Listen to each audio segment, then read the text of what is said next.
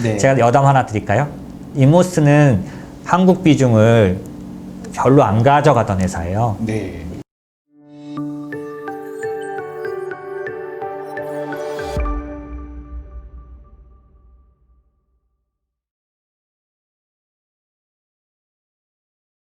그러니까 이모스는 한국 얘기를 해본 적이 없던 하우스인데 정확하게는 작년도 11월 달부터 한국 비중 늘려야 된다는 얘기를 뚜렷하게 했고, 맞습니다. 그 이전에도 뭔가 이번엔 좀 다를 수 있다고 얘기할 때 업종이 바뀌었다. 그러니까 네. 시가총액 10위 안에 네, 네. 포진된 산업이 예전하고 다르다. 예, 왜냐하면 지금이 사실은 이제 자본주의가요, 산업 자본주의였다가 네. 2010년도, 2009년도 금융위기 터지기 전까지는 보통 저희가 금융 자본주의라 그래요. 네. 금융이 전 세계 금융이 세계를 끌고 가고 있어, 자본주의를 끌어가고 있었어요. 그래서 이 금융의 최고 그 봉인 월가가 세계의 영향력이 제일 컸던 때죠. 근데 네, 네. 그 월가가 망가지면서 금융위기가 왔잖아요. 네. 그래서 금융 자본주의의 한계를 많이 드러냈고, 그게 신자유주의에도 의문을 들게 했고, 결국 저희는 어떻게 보고 있냐면, 그래서 세계화 시대는 마감하고 2010년도부터 지역화 시대, 로컬라이제이션, 이 지역화 시대는 항상 기술의 시대였었어요.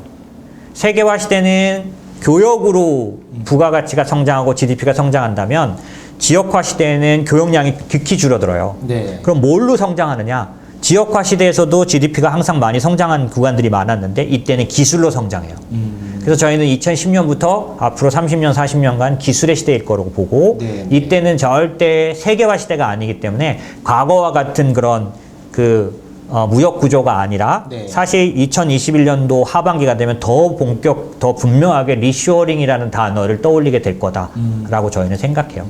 이제 그러다 보니까 지금 이제 말씀드린 것처럼 그런 흐름에서 봤을 때 금융 자본주의를 통과해서 지금은 뭐라고 부르느냐 이상하게 생각하실 수 있는데, 그 테크노 캐피탈리즘, 테크노 기술 캐피탈리즘. 자본주의. 네. 왜냐하면 업종이 다르고 산업이 다른데 다 기술 기반 회사들이에요. 지금 성장하는 회사들은. 테슬라 자동차 회사라고 생각 안 한다고 그랬죠. 네, 네. 걔네는 스스로를 뭐라고 생각한다고 그랬죠? 소프트. 네, 소프트웨어 회사, 네. 플랫폼. 자기네들이, 제가 정확히 말씀드릴게요. 테슬라는 뭐가 되고 싶으냐면 10년 전에 2010년, 8년, 9년에 아이폰이 되고 싶어요. 아이폰이 뭐가 특징이에요? 아이폰은 왜 획기적이었어요? 그 전에 옴니아라는 삼성전자 폰이 있었는데, 저 그거 사고 집어 던질 뻔했잖아요. 그거 옴니아. 비싸게 많이 비쌌는데. 걔는 호독 갈 때밖에 쓸 데가 없어요. 진짜 쓸모없거든요. 아이폰이 나왔는데 전 세계가 놀랐고 큰 변화가 왔어요. 아이폰이 이뤄낸 게 뭐예요? 그 전에도 핸드폰이 있었잖아요. 네. 얘는 핸드폰이에요? 핸드폰에 새로운 걸 집어넣어서 할 수 있게. 그쵸. 이 안에 네. 모든 게 들어와 버렸잖아요. 네. 이걸로 다 하게 됐잖아요. 네, 네. 인터넷 기반이자 이걸로, 지금 무슨 얘기 하냐면 이걸로 다 주문하고, 네. 이걸로 주식 사고. 이걸 저희는 뭐라고 부르냐면, 기술이 처음에는 그러니까 산업혁명의 기술이 한번 나오면요, 걔가 한 10년 동안은 획기적이고 혁신적인 기술로서 인정을 받지만, 네. 대중화되진 않아요. 증기도 그랬고 전기도 그랬어요. 네. 근데 대중화시키는 수단은 뭐냐면 세부적인 물건들이 나오면서, 근데 저희는 지금까지 역사에서 봤을 때 이 모든 기술이 통합된 폼팩터는 딱 3가지 정도 꼽는데, 두 번째 폼팩터가 스마트폰이에요. 이 안에 모든 산업이 들어왔잖아요. 네. 이때부터 여러 사업들이 다 일로 들어왔고 부의 흐름을 바꿔놓은 거죠. 그 안에 모든 것들이 들어오는, 그걸 저희는 폼팩터라고 불러요. 네. 그 스마트폰, 아이폰 이후에 이런 폼팩터 나타난 적이 없죠. 다 부분이었어요. 네. 두 번째, 이 다음에 폼팩터를 저희는 뭘로 보느냐? 전기차로 봅니다. 그 안에 모든 산업이 들어갈 걸로 보여져요. 그래서 스마트폰과 같은 플랫폼 회사를 지향해요. 테슬라는. 이 스마트폰으로 네. 주문, 그러니까 온라인 상품부터 해서 책을 읽고 영화를 보고 이런 다 하잖아요. 네, 네. 예, 그 안에서 전기차라고 말했지만 자율주행차예요. 자율주행차 안에서 정말 컨텐츠 소비가, 그러니까 모든 그런 엄청난 일들이 다 이루어질 거라는 거. 왜냐하면 화상회의 할 것 같은데요, 달리면서. 제가 지금 뭐 내년에 뭐 자율주행차 타고 다닐 거다 이렇게는 아닌데 네. 제가 보기에는 자율주행이 지금 4단계 막 테슬라도 빠르고 웨이모도 빨라요. 현재로. 왜냐하면 네. 이 자율주행의 키는 뭐냐? 빅데이터 양. 테슬라는 찍고 다니는 차의 숫자가 웨이모의 그 컨텐츠 양에 제가 뭐라 그랬죠? 160배 많아요, 이미. 테슬라가요? 네, 그래서 애플카가 나와도 애플의 고민은 그걸 거예요. 이 빅데이터를 어떻게 쫓아갈 거냐. 왜? 이미 테슬라의 차는 전 세계에서 돌아다니면서 네. 데이터를 계속 모았거든요. 이 결국 자율주행의 핵심은 AI로 통합될 텐데 AI가 제대로 돌아가야 상황 판단하거든요. 서라, 달려라. 예, 뭐 이런 것들. 네. 트럭에 엎어져 있는데 이 테슬라 차가 한 번도 못 본 이미지여가지고 그냥 박았어요. 네. 명령을 못 내렸다는 거죠. 아직 수집된 데이터가 예, 인공지능이 거기까지 안 간 거죠. 근데 더 많은 데이터가 들어오면 들어올수록 빨리빨리 진화해요. 그게 이제 딥러닝, 머신러닝 그런 거잖아요. 그래서 어쨌든 그러다 보니까 지금 제가 말씀드린 게 뭐냐면 결국 그 마지막 폼팩터는 저희가 보기에는 자율주행 형태는 전기차일 건데 네네. 그 싸움이라고 보여지는 거죠. 여기서 관건은 지금 현재 하드웨어적으로는 배터리가 그걸 좌우할 거고요. 네. 왜냐하면 딱 줄일 수 있는 데는 배터리밖에 없어요. 나머지는 지금 전부 다 좋아졌어요, 이미. 테슬라가 FSD 요번에 발표하기 때 이미 프로세서도 내놨고 애플도 M1을 내놨지만 테슬라도 이미 전 세계에서 가장 이쪽으로는 발달된 형태의 프로세서 내놨고 뭐 이런 것들이 다 준비됐기 때문에 배터리 싸움이죠. 예. 그리고 아까 말씀드린 빅데이터 싸움, AI가 진화해야 돼요. 이 두 가지가 중요해요, 이쪽은. 근데 어쨌든 지난번에 제가 그 라이다를 값을 떨어뜨리는 회사 얘기했잖아요. 그런 것처럼 이제 요즘 융합이 너무나 빨리 강하게 일어나요. 네. 그래서 기술이 그냥 뭐 1년 만에 팍팍 너무 진전하는 거죠. 그걸 어떻게 할 수 있냐? 가격이 뚝뚝 떨어져요. 그래서 그런 것들이 한꺼번에 나타나고 있기 때문에 사실은 제가 생각하기에는 이 뭐라 그럴까 기업들이 기술 기반으로 평가하는 그래서 지금 테크노 캐피탈리즘이라는 기술 자본주의란 말은 저만 쓰는 건 아니고요. 네. 굉장히 일반화돼 보편화돼 가고 있는 중이에요. 이제 우리가 생각해 볼게 코스피가 포텐셜이 얼만큼이나 있느냐. 기술 자본주의라는 입장에서 보면요. 지금 미국보다 이 IT 이쪽 기술 비중이 더 높아요, 한국은. 네, 뭐 네이버, 네네네네네. 카카오 이런 것들. 그래서 저는 그런 걸 기대한다고 몇 달 전에도 말씀드렸고 정확하게는 한국 비중을 늘리자고 네. 작년도 11월 저희 세미나 때부터 말씀드렸었어요. 네, 맞아요. 그래서 그게 이제 제가 그 얘기를 왜 하냐, 제가 말하고 나서 올랐잖아 이런 얘기 하긴 늦었죠. 11월인데 이미 많이 올랐는데 네. 제가 말한 건 뭐냐면 저희 하우스는 한국에 대해서 의견을 그렇게 좋게 갖고 있지 않았다. 아까 말한 얘기하면 한국이 제가 마음에 안 들었던 이유는 막 2시간 3시간 얘기해야 돼. 왜냐하면 몇 년 동안 거기서 맨날 헤맸으니까. 네. 그죠? 그런데 이제 지금 하우스 의견이 바뀐 그런 이유들이나 이런 부분들을 살펴보는 건 지금으로서는 의미가 있는데 네. 왜냐하면 포텐셜을 얼마로 볼 거냐를 네, 봤을 때 네. 왜 인모스트는 한국에 대해서 비중을 저희가 지금 어떻게 보냐면 미국 40%, 중국 30%, 한국 30% 이렇게 보고 있는데 네. 그러면 30% 정도까지라도 올려도 된다라고 왜 생각하느냐 그 얘기를 드리면 그냥 틀릴 수도 있지만 저희 의견이니까 네. 드릴 수 있잖아요. 근데 이제 11월 달에 말씀드렸던 건 뭐냐면 기본적으로 이 코로나로 인해서 방역 성공 국가로서 네네. 미국이 소비가 살아나고 있는데 1차 소비가 살아나고 있는데 그 소비가 주문한 내용을 자기네 국가의 생산으로 감당 못해서 중국과 한국이 그걸 수출로 지금 감당하고 있다. 그 얘기를 드렸잖아요. 네네. 그래서 그런 면에서 봤을 때 제가 한국 코스피에 대해서 좋게 보는 첫 번째 이유는 수출 지표들이 나왔는데 중요하게 보는 건 뭐냐면 포인트 한번 생각해 보자는 건데 뭐냐면 과거에는요 코로나처럼 이런 사태가 생겼을 때 네. 글로벌 교역량이 갑자기 줄어들면 한국이 제일 빨리 강하게 타격을 받는 국가였었어요. 특히 뭐에? 네. 수출. 네. 우린 수출 지향국, 수출 중심 국가거든요. 그래서 크게 금융위기 때라든지 닷컴버블 같을 때 완전히 꽁꽁 싸매고 서로 교역 안 하는 네. 이런 게 됐을 때 한국은 제일 빨리 그러니까 수출 감소율이 최고인 나라였었어요. 교역량 감소가 올 때. 이번에는 제가 중요하게 보는 거. 이번에는 코로나가 터졌는데 글로벌 교역량 감소폭이 마이너스 9.2%예요. 한국은요. 네. 마이너스 5.4%. 처음으로 글로벌 교역량보다 수출이 덜 감소했어요. 뭔가 성장한 건- 구조가 바뀌었다는 거지. 그쵸. 그쵸. 우리가 아는 수출 지향 국가, 수출 중심 국가라면 이럴 수는 없는 거거든. 그죠? 그쵸. 그리고 요번에 발표된 기록 보면 제일 긍정적인 게 뭐냐면 월별 수출 단가라는 게 되게 중요해요. 월별 수출 단가가 8월, 9월, 10월, 11월, 12월 정말 좋아졌어요. 예. 전체 금액이 아니라 월별 수출 단가 굉장히 중요하거든요.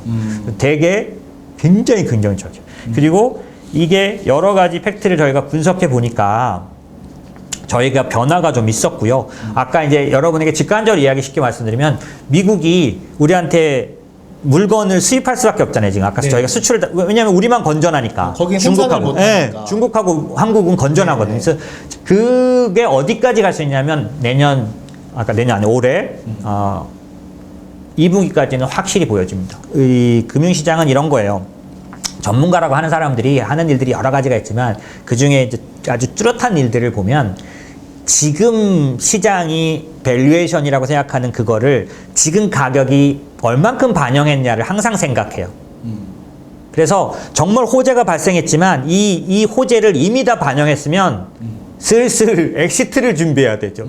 한도 없이 가격이 오를 수는 없어요. 밸류에이션을 반드시 반영하게 돼 있어요. 네. 오버했으면 돌아오게 돼 있어요. 반드시. 네. 그죠? 그러다 보니까 저희는 지금 1, 2분기 정도 수출이 확실하게 좋아질 수 있는 부분들 길게 보면 뭐 1년도 볼 수 있는데 그런 것들이 지금 주가에 반영돼 있느냐 이걸 저희는 중요하게 봐요. 코스피 3천에 그게 반영된 것 같느냐. 생각해 볼 만하죠? 그쵸? 생각해 보세요. 중요해요. 저는 아직 아니라고 보는 거죠. 아직 반영이 덜 됐다. 네네네. 왜냐하면 애널리스트나 이런 사람들이요. 네. 어떠냐면은 이제 막 위기 터지잖아요. 네. 새 가슴이 돼요. 그들도. 어. 그래가지고 이제 EPS 네. 그러니까 12개월 내지는 뭐 6개월, 12개월 EPS가 얼마나 좋아질까를 계산할 때 되게 타이트하게 계산해요. 최근까진 그랬어요. 네. 근데 달마다 갱신해 온 거예요. 어. EPS가 좋아질 거라는 거. 네네. 네네. 그러니까 이럴 때 이제 언제가 됐냐면 내년, 그러니까 올해죠. 올해 어느 정도 가면요. 이때부터 새 가슴이 아니라 이 시원시원하게. 애널리스트들도 이제는 네. 과하게 막 질러요. 이제 막. 그때가 되면 그들의 밸류에이션도 그대로 믿을 수 없는. 지금은 쪼그라든 상태에서 얼마 안 됐기 때문에 새 가슴에서 얼마 안 됐을 때는 그들보다 적어도 그들 이상은 가요. 제 경험이에요. 네. 오랫동안 이제 그랬거든요. 그래서 애널리스트들이 지금 후하게 점수를 주지 않았어요. 코스피에 네. 대해서. 네. 저는 이제 그런 생활을 오래 했기 때문에 네. 이거 병이죠. 이제 어떤 거냐면 그 증권 산업은요. 흥행 산업이에요. 흥행 산업이요? 네. 그래서 약간 이 붐업이 굉장히 중요한 산업이에요. 그래서 이 사람들이 공통적으로 가질 수 있는 경향, 저조차도 항상 주의하는데 한없이 낙관적이 될 그런 부분을 많이 갖고 있어요. 왜? 이 시장이 좋을 때 모두가 좋거든요. 네네. 시장이 안 좋으면 우리 산업 전체가 다 안 좋아요. 증권 산업은. 네네. 어디든 저 부분 끝까지도 다 안 좋아요. 그러니까 이 증권 산업에 속해 있는 사람들은 만약에 기회만 오면 굉장히 좋게 봐요. 예. 그러다 보니까 어떤 결과가 있었냐? 11월, 보통 증권사의 그 비유는 11월 달에 나오는데 증권사에서 진짜 난리치고 목표가 올리잖아요. 코스피 뭐 지금 같으면 뭐 4천 막 이렇게 부르고 그러잖아요. 네. 그 다음에 그랬던 적은 진짜 한 번도 없어요. 반드시 안 좋았어요. 그러니까 그랬던 건데 지금 현재 상태는 어땠냐면 사실은 좀 세게 부르지 못하는 분위기였었어요.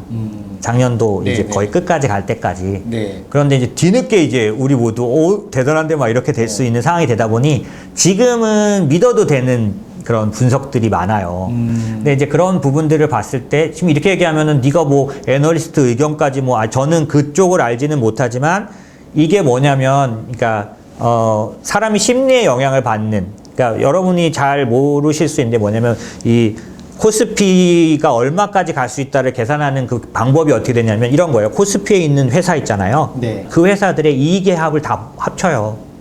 이거를 주식수로 나누는 거죠. 그러면 네네. PER 같은 것들이 나오게 돼요. 네네. 그래서 이걸 갖고 이익에 비해서 얘가 몇 배까지 가는 게 정상. 한국은 어땠냐면은 노멀한 게 PER 12배, 13배? 예, 뭐 이런 정도인 거죠. 이제 그렇게 어느 정도 해서 자기가 생각하는 배수를 넣어서 얼마까지로 산정하는. 그러니까 결론은 이거예요. 마지막에 가면 그 사람의 의견이 반드시 들어가요. 지금 확장적으로 보는지 축소적으로 보는지. 아, 뷰를 볼 때. 네. 옛날에 LG화학 의견이 왜 그 기술이 항상 배터리 회사가 지금 LG화학이 뜨는데 이게 처음 뜨는 게 아니에요. 몇 년 전에 떴었어요, LG화학. 네, 일단. 네. 50만 원 갔었을 거예요. 근데 떨어졌던 게 지금 다시 가는 건데 한 번 떨어졌다 가는 건 많이 일어나는데 이때 LG화학 처음 떴을 때 LG화학 에너시스 LG화학 어떻게 내놨는지 아세요? 이렇게 계산해. 이런 식으로 계산한다고. 앞으로 3년 뒤에는 전 세계에서 전기차가 몇 프로가 돌아다닐 것 같다. 전 세계 자동차 양 중에. 그러면 그 전체 전기차 중에 한국은 몇 프로가 돌아다닐 것 같다. 근데 그때 애널리스트들이 결정적으로 실수한 게 있어요. 한국은 기름값이 비싸니까 전기차 변환율이 제일 높은 나라의 그룹에다 넣은 거예요. 왜 에너지 효과가 높잖아요. 전기차로 바꾸면. 네. 그러니까 빨리 전기차로 바꿀 거라고 생각한 거예요. 그래서 다른 피어 그룹보다 빨리 전기차 전환율이 높을 걸로 계산하고 그러면 한국에 예를 들어서 뭐 100만 대가 돌아다닌다. 네. LG화학이 그 중에 30% 배터리를 공급하니까 100만 대에 30%면 30만 대잖아요. 30만 대 계산하고 네네. 30만 대에 한 대당 얼마 마진이 남으니까 곱하기 마진을 계산하면 얼마를 벌 건데 지금은 그게 안 반영된 이익이고 그래서 나온 주가니까 네. 만약에 이때 나온 그 이익을 할인을 하면 지금으로 할인을 하면 얼마가 나와야 되는데 지금 얼마다. 아 그러니까 목표 주가 얼마? 이거 저평가. 이렇게 계산하는 거예요. 네. 예. 여기에 뭐가 들어가요? 3년 뒤에 얼마나 많은 글로벌 자동차가 전기차로 변환될 건지. 그죠? 그 다음에 한국의 전기차 사용률은 몇 프로나 나올 건지. 네. 이게 근데 과정 중요한 게 틀렸잖아요. 그러게요. 예, 틀렸잖아요. 한국이 기름값이 비싼 건 맞았는데 전기차 변환율은 중국이 1등이거든요. 네네. 예, 이런 것처럼. 그리고 대수도 틀렸고 아시다시피 전기차 사업이 막 한 번 떴다가요. 싹 다 가라앉았어요. 왜요? 수지 타산이 안 맞아서. 예. 그리고 환경 보조금 결정적인 건 유럽이 한몫했어요. 유럽이 보조금을 엄청 딱 때렸다가요. 네. 위기가 오고 막 어려워지니까 보조금을 싹 다 삭감한 거예요. 정부에서 그 차 하는 사람들한테 보조금 주던 걸. 네네네네. 그래서 OCI도 그렇게 쫙 내려온 거예요. 예. 어쨌든 그러다 보니까 그런 식으로 저희가 생각하는 어떤 목표가 밸류에이션 이런 거에는 네. 그 사람의 의견이 들어가요. 전제 안에. 네. 그렇기 때문에 지금 시장을 확장적으로 보냐 축소적으로 보냐가 조금씩 반영될 수밖에 없고요. 지금 여러 가지로 봤을 때 현재 이제 한국에 대고 대놓고 세게 부르는 상황은 아니에요.